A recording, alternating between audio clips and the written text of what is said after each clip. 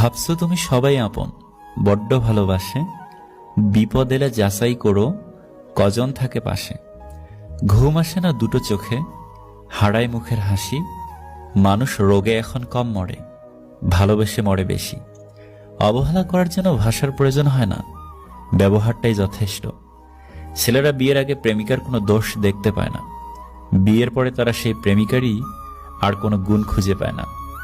অজুহাত আপনকে পর করে দেয়, অনুভূতি পরকে আপন করে নেয়। লোকে এখন আগুনে কম, অন্যের খুশিতে বেশি জ্বলে।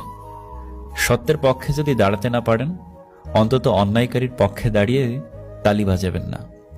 সুস্থভাবে বাঁচতে চাইলে অর্ধেক খান, দ্বিগুণ হাঁটুন, তিনগুণ হাসুন এবং অপরিসীম ভালোবাসুন।